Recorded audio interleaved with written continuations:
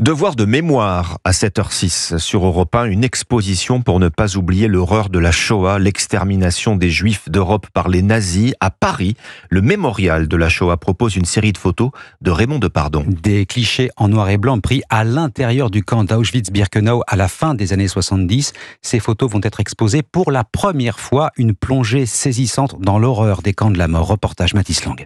Le mirador central de Birkenau et les rails sur lesquels les trains de déportés arrivaient sous un épais manteau blanc.